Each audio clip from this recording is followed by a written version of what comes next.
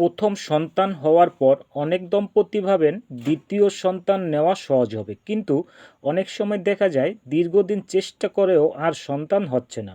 আজ আমরা জানব এর কারণ কি এবং কখন ডাক্তারের পরামর্শ নেওয়া উচিত। প্রথম সন্তান হওয়ার পর আবার সন্তান নিতে সমস্যা হলে তাকে বলা হয় সেকেন্ডারি ইনফার্টিলিটি বা দ্বিতীয়বার সন্তান নিতে সমস্যা।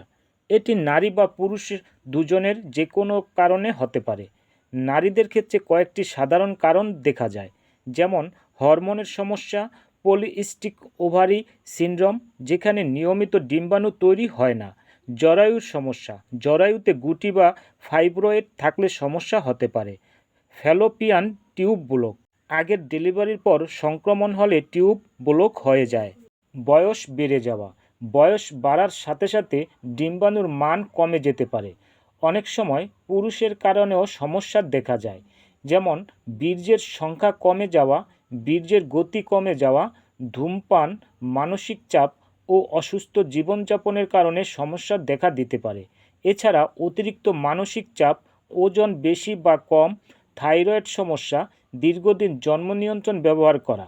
মনে রাখবেন, 1 বছর চেষ্টা করেও সন্তান না হয়, বয়স 35 বছরের বেশি হয়, মাসিক অনিয়মিত হয়, তাহলে দেরি না করে অবশ্যই ডাক্তারের পরামর্শ নিতে হবে।